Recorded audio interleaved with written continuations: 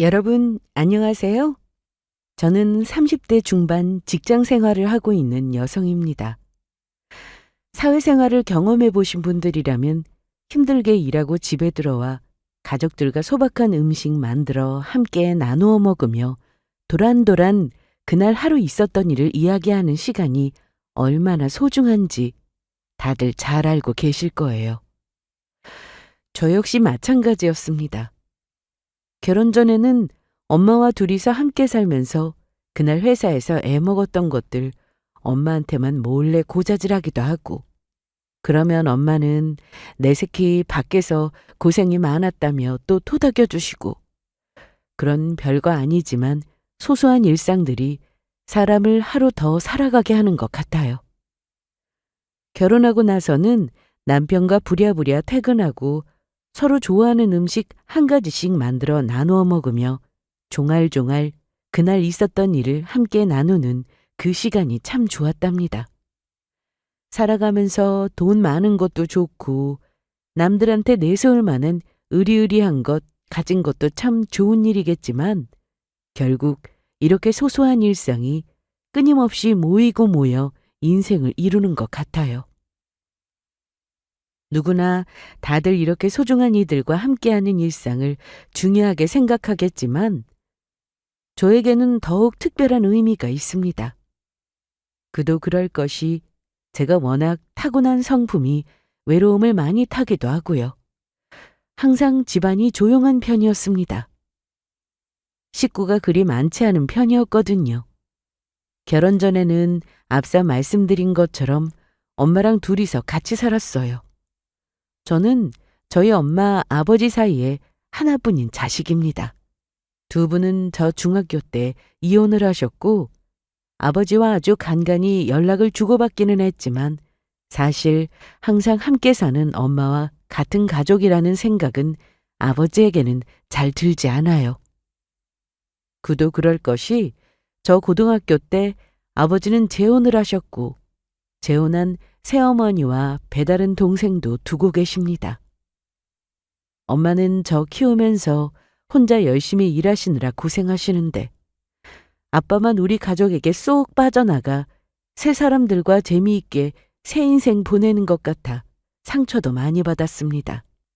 지금도 뭔가 큰일이 있거나 하면 아버지께 연락을 드리기는 합니다만 사실 그다지 돈독한 가족 관계로 지내고 있지는 않습니다.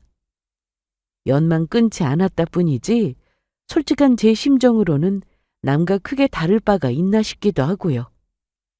반면 어머니와의 사이는 아주 끈끈했습니다. 이혼 전부터도 사이가 그다지 좋지 않으셨던 부모님이셨으니 이혼하기 몇 년 전부터 아버지가 자주 집에 들어오지 않는 편이셨고 조용한 집안에 둘만 남겨진 모녀였어요. 가족이라고 의지할 때라고는 서로밖에 없었으니 엄마와의 관계는 아주 끈끈한 편이었습니다. 그런 엄마가 병으로 먼저 떠나고 나신 후로는 엄마와 함께 살던 집에 들어가는 것도 힘들었어요. 지금 생각하면 약간 우울증도 왔던 것 같아요. 나이가 30이 다 되었는데도 엄마 잃고 나니까 내가 꼭 고아가 된 것만 같더라고요. 아버지가 살아계시긴 했지만 이미 남남이나 다름없는 사이에 크게 위로가 되지 못했습니다. 그 시기에 제가 만난 지 얼마 되지도 않은 남편에게 답지 않게 금세 마음이 빼앗겼던 것 또한 엄마의 빈자리가 너무 컸기 때문이었을 거예요. 저도 그렇지만 당시의 남편도 이래저래 일에 치이고 마음이 힘들었을 때였습니다. 남편은 몇 년간 지방 발령지에서 생활을 했는데 예상치 못했던 지방 발령이어서 준비도 제대로 되지 않았고 또 본가를 비롯해서 모든 생활 기반이 수도권에 있었기 때문에 친구 하나 없는 곳에 내려가 생활하는 게 많이 힘들었다고 하더라고요. 저도 그렇지만 남편도 외로움을 참 많이 타는 사람이거든요. 그런 남편이 서울로 복귀한 지 얼마 되지 않았을 때 저와 처음 만나게 된 거죠. 저는 남편이 다니던 회사 본사에서 근무하고 있었고 남편은 자회사에서 근무하는 중이었습니다. 아무래도 본사보다는 자회사의 발령지 이동이 더 흔한 편이고, 그래서 대부분의 직원들이 본사 근무를 선호하기도 했습니다.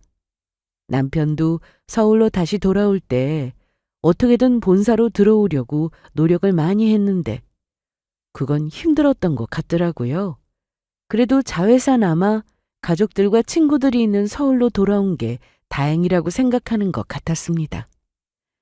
무리해서 서울로 올라오려고 애를 써서 그런지 다시 서울로 올라오게 되면서는 새로운 부서로 배치되는 바람에 일을 새로이 배우게 되어 고생을 많이 하던 남편이었습니다. 그러니까 그 사람은 그 사람 나름대로 어떻게든 본래 지내던 곳으로 돌아오고 업무에 적응하려고 긴장하고 있느라 힘이 드는 시기였고, 저는 커리어는 잘 쌓고 있었지만 제 유일한 가족을 잃고 헛헛한 마음을 달래기 힘들어하던 시절이었죠. 남편에게나 저에게나 누군가 기댈 사람이 꼭 필요했던 시기였습니다. 저는 저대로 엄마 먼저 떠나보내고 헛헛한 마음을 남편으로 채우기 시작했고, 남편이 새롭게 발령받은 자회사에 적응할 수 있도록 물심양면 많이 도와주기도 했습니다. 남편은 의지할 사람 하나 없는 새로운 부서 일에 힘들어하다가 회사 일에 아낌없이 도움을 주는 저를 만나고 참 많이 고마워했고요. 시부모님 역시 서울 오고 나서 일에 지어 항상 힘들어하는 아들이 의지하고 있는 저를 참 예쁘게 봐주셨습니다. 만난 지 6개월밖에 되지 않았을 때 결혼 이야기가 나온 건 역시 저도 얼른 새로운 가족으로 텅 빈 가슴을 채우고 싶었던 것도 있지만 남편과 시댁 쪽에서도 결혼을 서두른 게 큰 몫을 했어요. 우리 지연이 가뜩이나 사부인이랑 둘만 지내면서 외로웠을 텐데 사부인 가시고 얼마나 힘들었겠어. 얼른 우리가 가족이 돼서 서로 의지하고 살면 얼마나 좋겠니? 남편으로부터 저 소개받은 이후부터는 만날 때마다 얼른 저희 결혼시키고 싶다는 노래를 부르던 시어머니였습니다. 저도 알게 된 지 얼마 되지도 않은 저를 이렇게 예뻐해 주시고 며느리감으로 마음에 쏙 들어 하시는 시부모님께 감사했죠. 남편이야 말할 것도 없었습니다. 그 사람은 제가 딱히 그 사람에게 뭘 해주지 않아도 옆에서 같이 시간을 보내주는 것만으로도 항상 고마워하고 기뻐했거든요. 평범하기 짝이 없는 나 같은 사람이 옆에 있어주는 걸 뭘 이렇게까지 고마워하나 싶기도 했지만 나 귀하게 여겨주는 사람이 있다는 게 기분 좋지 않으면 그게 더 이상할 일이었습니다. 한 번은 연애할 때 이런 적이 있어요.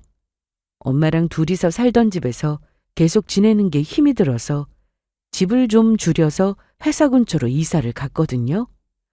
엄마 유품 정리할 때 한 차례 집 정리를 한 적이 있어서 생각보다 이삿짐이 많이 나오지 않았습니다. 제 손 보태주겠다고 남편도 와줬으니 생각보다 정리가 일찍 끝나서 저녁 먹을 시간도 됐겠다. 남편한테 처음으로 집밥을 차려준 적이 있습니다. 사실 말이 집밥이지 뭐 대단치도 않은 밥상이었어요.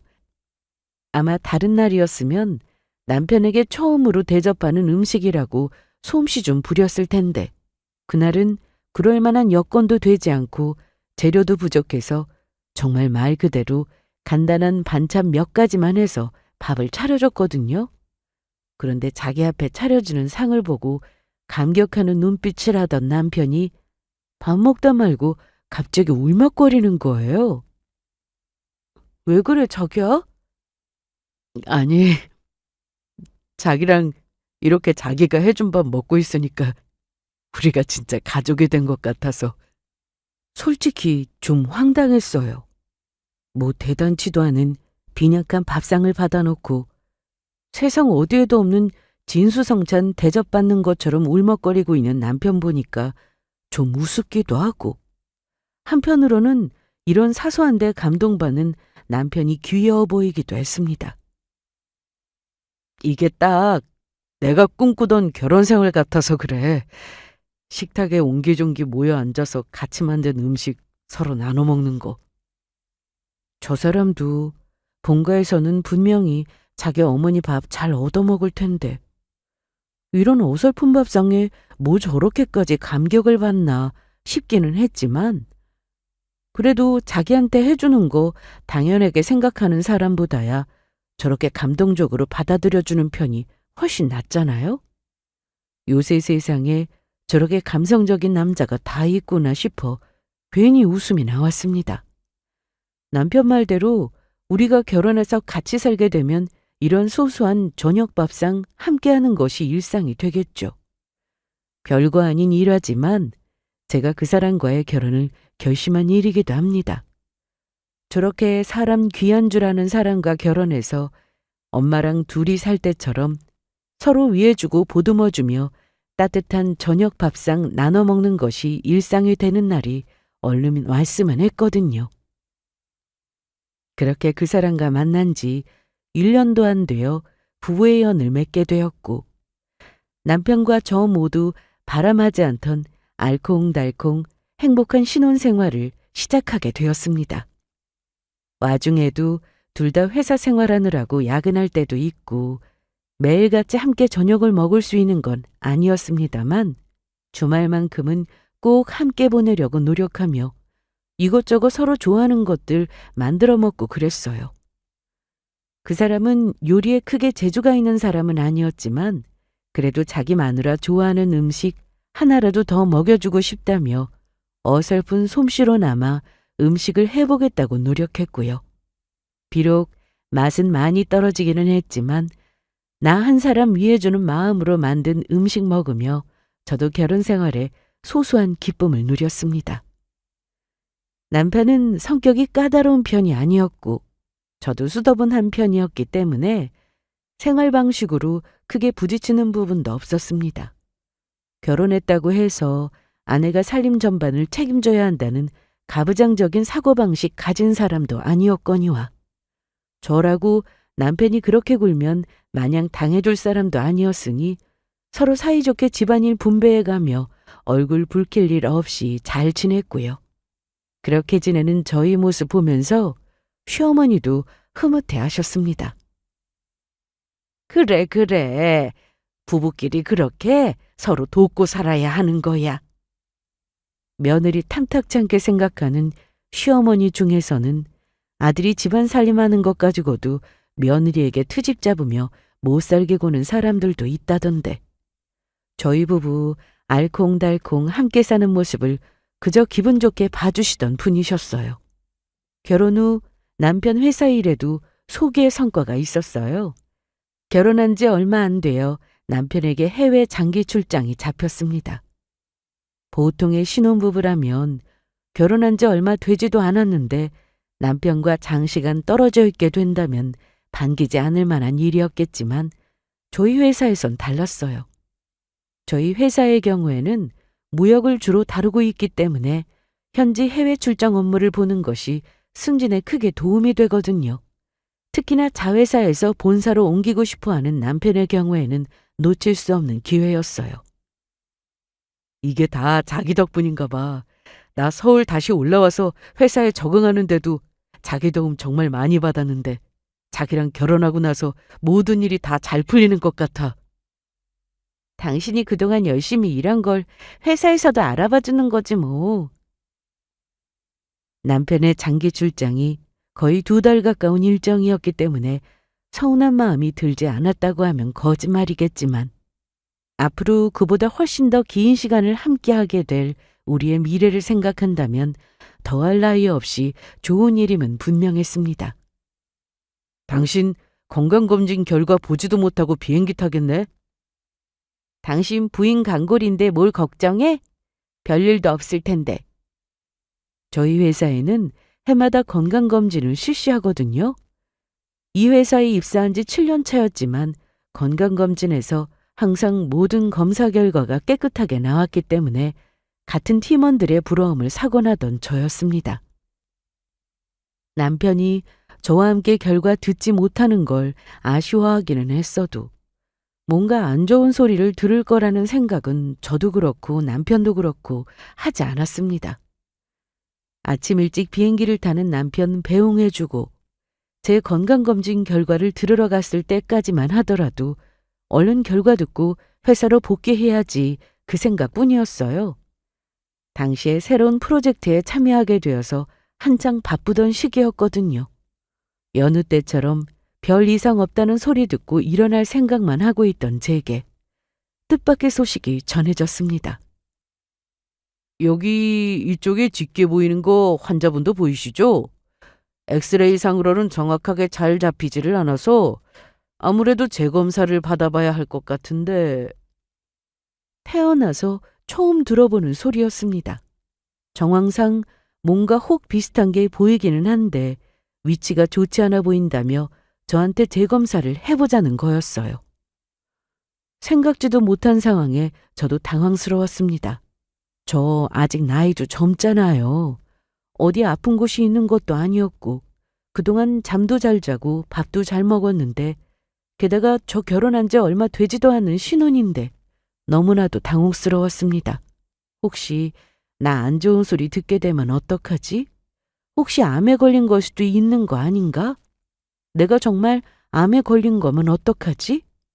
나도 나지만 결혼한 지 얼마 되지도 않아 와이프가 암이라고 하면 내 남편이 얼마나 놀랄까? 그 생각이 먼저 들더라고요. 자기야, 나 도착했어. 자기 검사 결과도 다 괜찮다고 하지? 그럼. 출장지에 도착해서 신나게 전화를 걸어온 남편에게 재검사 얘기는 차마 꺼내지도 못했습니다. 남편이 그렇게 기대에 맞지 않던 첫 해외 장기 출장이었어요. 앞으로 남편의 회사 생활을 좌지우지할 만한 큰 일정인데 그 사람 기분을 망치고 싶지도 않았지만 사실 제 입으로 제 몸에 뭔가 이상이 있을지도 모른다는 소리를 남편에게 전하는 게 더 두렵게 느껴졌습니다. 아직 검사 결과가 나온 것도 아니잖아. 뭔가 확실해지면 얘기해도 늦지 않아. 그렇게 저 스스로 합리화했지만 소중한 사람에게 내 안 좋은 소식을 전하고 싶지 않은 마음이 더 커서 그랬을 거예요. 그렇게 남편에게는 차마 한마디도 꺼내지 못하고 재검사를 하게 되었습니다. 며칠 지나지 않아 검사 결과를 들으러 갔을 때 저는 결국 암 판정을 받게 되었습니다. 여기 종양이 붙어 있는 게 암이 맞네요. 하루에도 수십 수백의 암 환자를 마주하는 의사 선생님이실 테니 담담하게 말씀하셨지만 듣는 저는 결코 담담하게 받아들일 수가 없었습니다. 이 와중에도 남편한테 너무 미안하다는 생각이 먼저 들더라고요. 내가 암 환자라니. 혹시나 나 혼자 거동하기 힘들어지는 거라면 그 사람한테 틀림없이 짐이 될 텐데 내가 아프게 되었다는 사실보다도 그게 더 끔찍하게 느껴졌습니다. 저 스스로가 너무너무 이기적으로 느껴졌어요. 내가 조금만 더 내가 암에 걸렸다는 사실을 일찍 알았더라면 내가 이 결혼을 했을까 하는 생각까지 들었습니다. 가족을 잃은 아픔과 서름을 그 누구보다도 잘 알고 있는 저였어요. 저 때문에 내 남편이 그런 가슴 아픈 일을 겪게 된다면 어떡하지 싶어 그렁그렁 눈물이 앞을 가렸습니다. 좀 더 일찍 결혼해서 결혼을 미뤘어야 하는 건데 그 생각이 제일 많이 들더라고요. 이런 큰일 겪어보니 내 일인데도 나 스스로보다 남편 걱정이 더 많이 될 정도로 내가 내 남편에 대한 마음이 이렇게나 앞서는 새색시였구나 하는 생각이 들었습니다. 그렇게까지 당황할 거 없어요.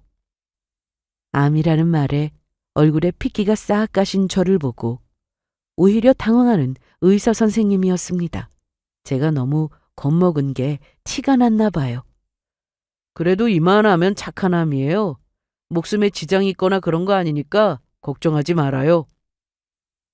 방금 전까지 사무적으로 저를 대하던 의사 선생님이 꼭 어린아이 어르듯이 저를 달래주시더라고요. 저도 모르게 그 소리에 눈물이 펑 터져버렸습니다. 진짜요? 진짜요, 선생님? 저 살 수 있어요? 아이고, 이 정도면 수술하면 금방 뗄 수 있다니까. 천만다행으로 당장 제 목숨에 지장이 있을 정도로 심각한 수준의 암이 아니라는 말에 그제야 안도한 제 눈에서 눈물이 뚝뚝 떨어졌습니다. 이게 암이 맞기는 한데 다른 부위에 퍼져 있는 것도 아니고 위치도 깔끔하게 잘 잡혀 있어요. 이 종양 부위만 제거하면 회복하고 일상생활하는데 크게 지장이 있지는 않을 거예요. 감사합니다. 감사합니다, 선생님. 그렇게 한참을 의사 선생님 붙들고 그 바쁜 분을 귀찮게 만든 저였어요. 지금 생각하면 참 창피하고 부끄러운 일이지만 그때는 내 목숨 어찌 될지 몰라 발을 동동 구르고 있던 차였으니 그게 부끄러운 줄도 몰랐습니다. 암이라는 말만 듣고 덜컥 당장이라도 제가 어떻게 될까 봐 너무 무서웠는데 암이라는 것도 참 천차만별이더라고요. 하긴 생각해보면 제 주위에서도 남녀노소를 불문하고 암 환자들 심심치 않게 찾아볼 수 있었어요. 그중에는 정말로 생명이 위독할 정도로 중증인 암 환자들도 덜어 있었지만 저처럼 주기적으로 건강검진을 통해서 조기에 암 발견하신 분들은 종양만 떼어내고 항암 치료도 하지 않고 회사 생활에 바로 복귀하시는 분들도 적지 않았습니다. 제가 바로 딱 그런 케이스인 것 같았어요. 게다가 생각보다 수술 일정도 빠르게 잡을 수 있었습니다. 천운이었는지 마침 얼마 전에 제가 검사받은 그 대학병원에 엄마 쪽 친척 한 분이 자리를 옮겨오셨더라고요. 그런 곳에서는 아무래도 아는 사람 한 사람이라도 더 있는 게 정말 큰 재산이 되더라고요. 가뜩이나 얼마 전에 엄마 먼저 떠나보내고 시집간 지 얼마 되지도 않았는데 암 수술해야 된다는 소리를 듣고 화들짝 놀라신 그 친척 어른께서 열심히 힘을 써주신 덕분에 한 달여 후에 종양 제거 수술을 받을 수 있게 되었습니다. 암이라는 소리 들었을 때까지만 하더라도 세상이 무너진 것 같았는데 생각보다 예후가 나쁘지 않고 또 수술도 일찍 받을 수 있게 되어 한시름 놓게 되었습니다. 남편에게는 지금껏 있었던 일들을 전하지 않았어요. 어차피 지금 이야기한다고 해도 수술이 한 달 후로 잡혀 있으니 2달 뒤에야 귀국하게 되는 남편이 와줄 수도 없는 노릇이었고요. 큰 수술이었다면 출장 중간에라도 들어와 줄 수 없겠냐며 운을 떼보았겠지만 개복을 하는 것도 아니고 내시경 수술로 종양만 제거하는 비교적 간단한 수술이었습니다. 수술을 하고 회복까지 마쳐도 남편이 귀국하기로 된 날짜 이전에 끝날 게 확실해 보였습니다. 제가 얘기한다고 해서 당장 귀국하지도 못할 텐데 낯선 타국 땅에서 이러지도 저러지도 못하고 발만 동동 구를 남편 생각하면 지금은 내가 말을 좀 아끼는 것이 우리 부부를 위한 일이라는 생각이 들었어요. 물론 시댁에도 이런 소식을 전하지는 않았습니다. 남편과 시어머니는 평소에도 전화통화를 자주 하는 사이였어요. 외국에 출장 갔다고 하면 오히려 한국에 있을 때보다 더 자주 연락할 시어머니라는 걸 알고 있었으니 혹여나 시댁에 얘기했다가는 남편 귀에 들어가는 건 시간 문제라는 생각이 들었거든요. 시어머니 입을 단속한다 한들 며느리가 아무리 가볍다고는 하나 암에 걸렸다고 하는데 걱정스런 기세까지 감출 수 있으실까? 그것도 걱정스럽기도 했고요. 마찬가지로 수술하고 회복까지 다 해서 별일 아니었다고 짠 하고 말씀드리는 편이 낫겠다고 생각했습니다. 걱정을 크게 시킬 만한 일이라면 미리 얘기하지 않는 게 잘못이겠지만 여러모로 상황이 그렇게 하는 것이 낫겠다는 판단이 섰어요. 그렇게 시간이 지나고 이윽고 수술 날짜가 다가왔습니다. 다른 사람 도움받지 않고 혼자 수술의 회복까지 결심했기 때문에 병원의 배려를 받아 입원 일자를 좀 넉넉하게 잡아두었습니다. 사실 형편이 되면 1인실에 입원하고 싶었지만 그건 가격이 좀 부담이 되기도 하더라고요. 2인실에 배정을 받게 됐는데 차라리 다행이라는 생각이 들었습니다. 어차피 가족이 와서 제 곁에 있을 수 있는 것도 아니고 적적하게 혼자 있는 것보다는 2인실이나마 옆에 한 사람이라도 있는 게 좀 덜 외로울까 싶기도 했고요. 씩씩하게 나 혼자 수술 잘 받고 회복 잘해서 건강해진 다음에 남편과 시댁에 얘기해야지 생각했지만 그래도 암 수술을 혼자 받는다고 생각하니 무서운 생각이 아주 안 들지는 않았거든요. 그렇게 2인실에 입원을 했더니 제가 가기 전에 이미 입원해 있는 환자가 있더라고요. 보니까 제 또래 젊은 여성 환자였습니다. 아무래도 그쪽은 저보다 암을 훨씬 오래 앓은 모양이었어요. 지나가다 간호사님께 들은 말로는 벌써 입원과 퇴원을 여러 번 반복했고 입원 기간도 짧지 않은 편인 것 같더라고요. 아무래도 상태 역시 저보다는 훨씬 심각했겠죠. 육안으로 보기에도 건강함과는 거리가 먼 파리한 모습에 안색도 그다지 좋은 편이 아니었어요. 보고 있는데 제가 마음이 좋지 않더라고요. 아무래도 비슷한 처지인데다가 그쪽이 저보다 상태가 훨씬 안 좋다고는 하더라도 젊은 나이에 암에 걸린 또래 여성이잖아요. 저도 모르게 암 환자로서의 동지의식 같은 게 생겼나 봐요. 기운이 없는지 꿈뻑꿈뻑 졸고 있던 여자가 어느 정도 정신을 차리고 제게 먼저 인사를 걸어왔습니다. 안녕하세요. 오늘 입원하셨어요? 네, 이틀 뒤에 수술해서요. 병마와 싸우느라 체력이 많이 떨어져서 그런지 기운이 없기는 했지만 그 환자분도 며칠 만에 옆자리가 채워진 것이 반가운 것 같았습니다. 저는 암 2년 차예요.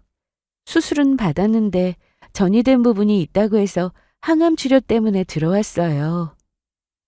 저였다면 그 절망적인 상황에 스스로의 처지를 비관만 하고 있었을 것 같은데 담담한 말투에 옅게 미소까지 보이는 여자였습니다. 딱 보기에도 사람이 순하고 착해 보이는데 병 때문에 고생하는 모습이 안타까웠어요. 나이도 비슷하고 암 환자라는 공통 부모가 있어서 그런지 도란도란 이야기가 끊이지 않았습니다. 저는 원래 지방에서 치료받다가 남편 직장 문제 때문에 서울로 올라와서요. 남편 일에 방해되겠다 싶으면서도 서울의 큰 병원으로 가면 아무래도 더 잘 봐주지 않으실까 싶어서 고집을 좀 피웠는데 병이 잘 떨어지질 않아서 식구들한테 너무 미안해요. 미안하다뇨. 가족들은 인정 씨 빨리 낫기만을 바라고 있을 거예요. 그렇게 몇 시간 되지 않아 통성명까지 하게 된 저희였습니다. 그쪽도 들어보니까 사정이 참 딱하더라고요. 인정 씨는 지방에서 회사 생활을 하고 있다가 그곳에서 만난 남자랑 결혼을 했는데 결혼한 지 얼마 되지 않아 암을 발견했다고 합니다. 처음에는 종양 제거가 잘 되었다고 했는데 얼마 되지 않아 전이가 된 것을 발견했다고 해요. 그때부터 급속도로 몸이 안 좋아졌다고 하더라고요. 제가 말이 유부녀지. 결혼한 지 정말 얼마 안 돼서 입원하게 되는 바람에 사실 남편이랑 며칠 살아보지도 못했어요. 남편한테 정말 미안하죠. 저와 닮아 있는 그녀의 사연이 참 안타까웠습니다. 내가 지금처럼 운이 좋지 못하고 상태가 더 나빴더라면 나와 내 남편 역시 저런 일을 겪게 됐을 거라 생각하니 더 마음이 아팠어요. 저도 저지만 오랜만에 만나는 또래와의 대화가 반가웠는지 저희의 대화는 잠들 때까지 도란도란 이어졌습니다. 아무래도 다인실 병실이 아니라 2인실이다 보니 서로의 사연에 더욱 집중할 수밖에 없고 짧은 기간 동안 서로 살아온 이야기를 참 진솔하게도 주고받았습니다. 그렇게 다음 날이 되었는데도 도란도란 이야기하는 저희 두 사람을 방해하는 것은 간간히 들어오는 의료진 뿐이었습니다. 저야 암 발병 사실을 숨기고 혼자 들어와서 주변에서 아무도 모른다고 하지만 인정 씨에게도 찾아오는 사람이 없으니 좀 의아하게 느껴지더라고요. 그런 제 기색을 알아챘는지 조금 민망해하면서 인정 씨가 말했습니다. 저희 남편은 워낙 출장이 많은 사람이라서요. 지금도 장기 출장으로 나가 있어서 몇 달은 있어야 들어올 거예요. 그러시구나. 많이 보고 싶으시겠어요. 그렇게 대답하면서도 솔직히 그 남편이라는 자에게 좋은 생각은 들지 않았습니다. 출장을 핑계로 아픈 아내를 아예 들여다보고 있지 않은 것은 아닐까 싶었거든요. 인정 씨가 스스로를 유부녀라고 밝히기는 했으나 환자 침대 옆에 보호자 간이 침대가 썰렁했습니다. 가져다 놓은 짐도 없었고요. 정기적으로 붙어서 인정 씨 돌봐주는 사람이 없다는 뜻이었겠죠. 그래도 가끔 한 번씩 시어머니께서 들여다 봐주세요. 그러니까 이 쓸쓸한 병실에 그나마 찾아오는 건 드물게 찾아오는 시어머니 뿐이라는 거였어요. 지난 대화를 통해 인정 씨가 일찍이 부모를 잃고 형제도 없이 남편에게 의지하고 지내온 것 같던데 병색이 완연한 인정 씨 얼굴에 쓸쓸함이 지나치는 걸 보면서 얼굴도 본 적 없는 그 남편이라는 사람이 참 야속하게 느껴지더라고요. 그러는 동안에도 인정 씨는 오래 앉아 있는 것이 힘든지 이야기를 나누다가도 누워있다 잠들기를 반복했습니다. 그렇게 기운이 없는 와중에 그 남편이라는 사람이 찾아와 준다면 훨씬 생기 있어질 텐데 아픈 몸도 몸이지만 마음이 외로워 보여서 기분이 좋지 않았어요.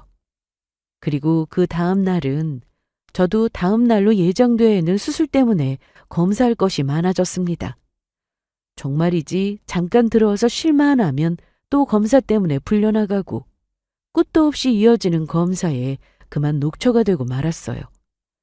창가 쪽 제 침대에 드러누워 이불을 푹 뒤집어 쓰고 잠시 눈을 붙였습니다.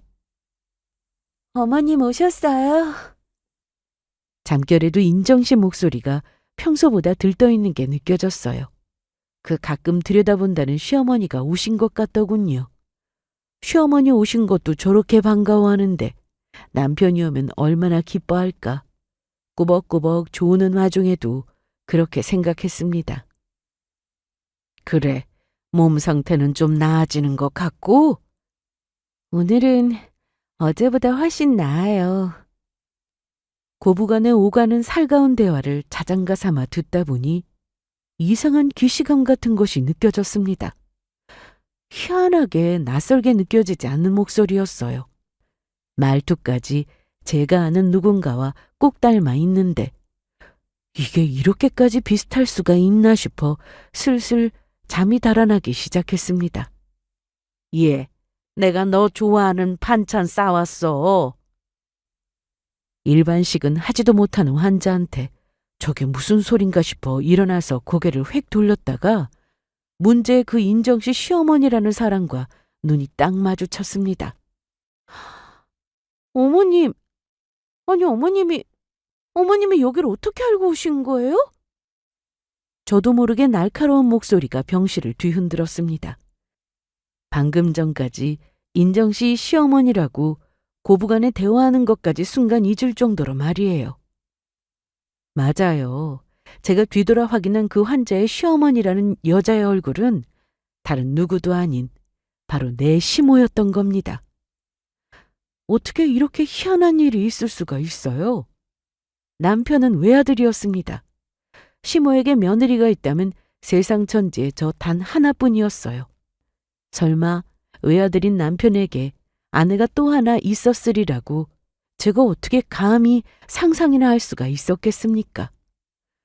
그렇게 날카롭게 소리 지르는 저를 보고 이게 무슨 일인가 싶어 의아해하는 인정 씨의 표정을 보면서 지금 이 상황이 뭔가 심각하게 잘못됐다는 자각이 점점 들기 시작했습니다. 그 옆에 서 있던 시모 표정은 가관이었어요. 너무 놀라다 못해 경악을 해서 사색이 되어 있더군요. 저도 모르게 침대에서 벌떡 일어나 시모에게 달려들었습니다. 어머님, 여기 왜 오셨어요? 어머님 저 찾아온 거 아니죠? 방금 인정 씨더러 아가라고 분명히 그렇게 말씀하셨죠? 그렇죠? 아니 그게 상상하지도 못했던 곳에서 삼자대면을 하게 된 상황에 시모도 얼이 빠진 것 같았습니다. 말 똑바로 하세요. 인정 씨가 어머님이라고 부르는 거 똑똑히 들었는데 이게 어떻게 된 거예요? 저도 저한테 어떻게 그런 힘이 나왔는지 모르겠습니다. 하루 종일 검사한다고 녹초가 돼 있었던 게 언제인지 모르게 온 병원이 떠들썩하게 비명과도 같은 소리를 지르고 있던 저였어요. 밖에서 무슨 일인가 싶어 간호사들이 뛰어올 정도였습니다. 시모는 너무 당황해서 당장이라도 울 것 같은 표정이었어요. 옆에 서 있던 인정 씨도 순간 당황해 아무것도 하지 못하다가 계속해서 반복적으로 실토하기를 종용하는 제 말을 듣고 뭔가 이상하다는 걸 깨달았던 것 같습니다. 어머니, 지금 지연 씨가 하는 말이 무슨 말이에요? 지연 씨가 왜 어머님을 어머니라고 부르는 건데요? 네? 얘기 똑바로 해요. 안 그러면 오늘 여기 이 병실에서 못 나가세요. 두 여자가 둘러싸고 쥐잡듯 시모를 잡자. 결국 시모가 압박을 견디지 못하고 사실을 실토했습니다. 그러니까 여기 인정이 얘가 우리 상준이 본처야. 제 발밑의 땅이 지진이 난 듯 두 갈래로 갈라지는 듯한 기분이었습니다. 그러니까 나와 막 신혼생활을 시작한 남편이라는 놈한테 내가 아닌 다른 여자가 있었다는 겁니다. 나랑 결혼한 놈한테 본처가 있다니 어떻게 상상이나 할 수 있었겠습니까? 기가 막히는 게 심지어 제가 본처인 것도 아니었어요. 이미 놈한테는 인정씨라는 본처가 있고 본처가 버젓이 살아 숨쉬고 있는데도 놈이 저와 또 결혼을 했다는 겁니다. 인정씨가 본처라니. 그럼 뭐 제가 후처라도 된다는 소리입니까? 이 정신 나간 족보에 그만 머리통이 터져나갈 것만 같았어요. 옆에서 그 소리를 듣고 있던 인정씨 역시 충격에 휘청거리다가 자기 침대로 풀썩 쓰러졌습니다. 암 환자 둘이 뒤로 넘어가기 직전이니 병실에 의료진이 뛰어들어오고 난리도 그런 난리가 없었어요. 그런 꼴을 보면서도 와중에도 저한테 손목을 쥐어잡힌 시모가 저희 두 사람 눈치를 보며 벌벌 떨고 있었죠. 가까스로 인정씨가 정신을 차리고 그간의 전말을 짜맞출 수 있었습니다. 남편은 저를 만나기 전 수년간 지방 발령을 간 상태였습니다. 그러니까 인정씨는 남편이 지방 발령지에 내려가 있을 당시 처음 만나 결혼식을 하게 된 거였어요. 인정씨는 일찍 부모를 잃고 일가 친척과도 교류가 없는 상태였기 때문에 하객도 없을 테고 남편 쪽에서도 조용한 결혼식을 원해서 작은 결혼식으로 정말 소수만 초대해서 조촐하게 식을 올렸다는 겁니다. 아마 자기 승진에 영향을 미칠 회사 사람들도 초대하지 않았겠죠. 아무리 지방 발령지라고는 하나 회사 사람들까지 결혼식에 초대했더라면 분명 본사 발령을 받았을 때도 남편이 이미 유부남이라는 게 소문이 났을 겁니다. 내가 분명 결혼 전에 그 사람 등본까지 다 떼봤는데? 지연 씨, 우리 아직 혼인신고 안 했어요. 조금 살다가 혼인신고하기로 했는데 내가 암에 걸렸잖아요. 그렇게 인정씨는 암으로 수술과 입원을 반복하며 겨를이 없어 차일피일 혼인신고도 미뤄졌던 거예요. 기함할 것은 혼인신고는 하지 않았더라도 작게나마 결혼식을 올린 자기 처의 존재를 완전히 지워버린 남편이라는 놈과 그 어미였습니다. 우리 애 나이가 몇인데 앞으로 인생 창창한데 얘 암 걸려 얼마 살지 알 수도 없는데 그러면 상훈이 걔를 어디로 생으로 호라비를 만들 수는 없잖아. 그러면 나는 내 인생은 아픈 본처 숨겨두고 뻔뻔하게 총각 행세하면서 나랑 결혼한 당신들은 뭔데? 남의 인생 망쳐놓고 뻔뻔하게 그걸 지금 변명이라고 해? 와중에도 자기 아들 인생만 불쌍하다고 찔찔우는 소리를 하는 시모라는 여자를 성질만 같아서는 머리채를 몽땅 뽑아버리고 싶었습니다. 그러니까 암 걸린 저 책임지기 부담스럽다며 의도적으로 여자 갈아탈 생각으로 나를 까맣게 속이고 결혼한 거예요. 일 커질까봐 인정 씨한테는 남편이 바쁜 척, 저 시어미가 간간히 들여다보기만 하면서 사람 하나 죽기만을 바라왔던 겁니다. 저 집구석 인간들이 죄다 그 사실을 알고 있는데도 지금껏 저를 감쪽같이 속여온 겁니다. 사람 하나 바보 만들고 말이죠. 내가 당신들 가만히 둘 것 같아? 이거 사기야. 남의 인생 말아먹으려 들어놓고 내가 니들을 가만히 둘 줄 아냐고? 차마 상상조차 할 수 없었던 어마어마한 기만이었습니다. 도저히 그것들을 용서할 수가 없었어요. 저 눈앞에 시모라는 여자와 남편이라는 놈 박살내지 않으면 제가 화병에 들어놓을 것 같았습니다. 제 앞에서 낯빛이 허옇해질려 어쩔 줄 모르던 여자가 이내 비난의 화살을 인정 씨에게 돌렸어요. 네가 기어이 내 아들 팔자를 팔아먹으려고 너만 아니었어도 입 못 닥쳐? 인정 씨가 나한테 사기를 쳤어? 거짓말하고 난 기만한 건 너랑 네 아들 놈인데 지금 누구 앞에서 누구 탓을 하고 있어? 아가 그런 거 아니다. 제 말대로 애초에 혼인신고도 한 적 없는데 부부는 뭐가 부부야. 나한테 며느리는 너밖에 없어. 우리 상훈이 처는 너 하나뿐이다. 저 불쌍한 아픈 여자, 악기같이 닥달하면서도 제 앞에서는 무릎 꿇고 울고불고 비일고 난리도 아닌 여자였습니다. 저 여자가 저 생각해서 그러는 거겠습니까? 인정 씨야 부모도 없고 의지할 곳 없는 처지라 하지만 저는 자기 아들 본사에서 인사에 영향까지 미칠 수 있는 자리에 있는 남편이라는 놈의 상급자였습니다. 수틀리면 남편놈 인생 말아먹는 건 이 일도 아니었어요. 그러니 제 아들놈 인생 끝장날까봐 저한테만 이렇게 설설 기는 거였겠죠. 그 더럽고 시커먼 속내를 모르지 않은 저로서는 그저 가증스러울 뿐이었습니다. 아들놈 장가 보내놓고도 여자 암 걸렸다고 총각 행세하고 뒤에서 멀쩡한 여자 속여서 유부남 아들놈 떠넘긴 이 미친 여자야. 사람 거중을 뒤집어 썼지 니들이 어떻게 인간이야? 일부러 온 병원에 소문 다 나라고 고래고래 소리 질렀어요. 같은 층 환자들이 죄다 암 환자였으니 모두의 공분을 사기에 충분한 일이었습니다. 더러운 것들, 인간 같지도 않은 것들! 머리에 핏대까지 세우며 시모를 욕하고 또 욕하는 제 옆에서 흐느끼는 인정 씨였어요. 차라리 이혼을 하자고 하지. 차라리 헤어져 달라고 하지.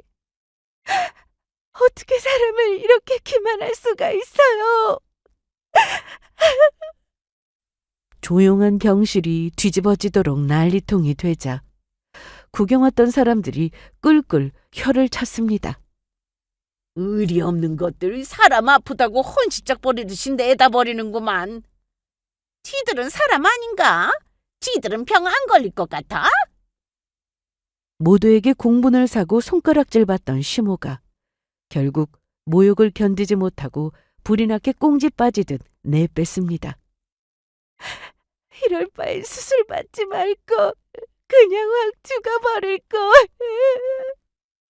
미쳤어요? 죽긴 왜 죽어요? 억울해서라도 저것들 보란듯이 잘 살아야지. 인정 씨는 화도 안 나요? 그럼 어떡해요? 내가 무슨 힘이 있다고? 인정 씨는 몰라도 나는 힘이 있어요. 내가 저것들 가만둘 줄 알아? 내가 그 새끼 그거 죽여버릴 거야. 꼭 수술받고 살아서 그것들 다 박살내버릴 거라고. 그러니까 인정 씨도 살아요. 누구 좋으라고 죽긴. 그렇게 악을 바락바락 쓰다 인정 씨와 부둥켜 안고 정말 엉엉 울었습니다. 참으로 기구한 인연이었어요. 다음 날 저는 예정대로 수술을 했습니다. 애초에 위험한 수술도 아니었지만 그 어느 때보다 생애 투지로 불타는 저였습니다.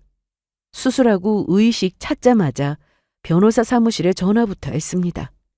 세상 그 무엇도 저를 막을 수 없었어요. 인정 씨도 힘을 보탰습니다. 두 여자를 속이고 이중으로 결혼 생활한 증거를 확실히 하려면 인정 씨 도움이 절대적이었습니다. 다행히 그 빌어먹을 놈과의 추억을 더없이 소중히 여기던 인정 씨였기에 증거는 차고 넘칠 지경이었어요. 놈이 한국 땅에 발을 딛기도 전에 소송이 제기되었습니다. 자리에 앉을 수 있게 되자마자 사내 게시판에 상상도 못할 중온 범죄로 두 여자의 인생을 유린한 파렴치한을 성토하는 장문의 글을 기재했습니다. 제 얼굴에 침 뱉기임을 알고 있음에도 멈출 수 없었어요. 내 인생 이리 만든 놈인데 기어이 놈을 매장시켜야 성이 찰 것 같았습니다. 일부러 더 자극적인 단어와 증거 자료를 첨부해 최대한 많은 이들의 흥미를 자극할 수 있도록 글을 구성했어요. 작전이 먹혀들었는지 인터넷 여기저기 퍼날라진 글이 일파만파 퍼져나갔습니다. 시모가 우리에게 발각된 지 사흘 만의 일이었습니다. 놈은 발등에 불이 떨어져서는 황급히 귀국했습니다. 이미 사기 결혼의 여파가 심상치 않았습니다.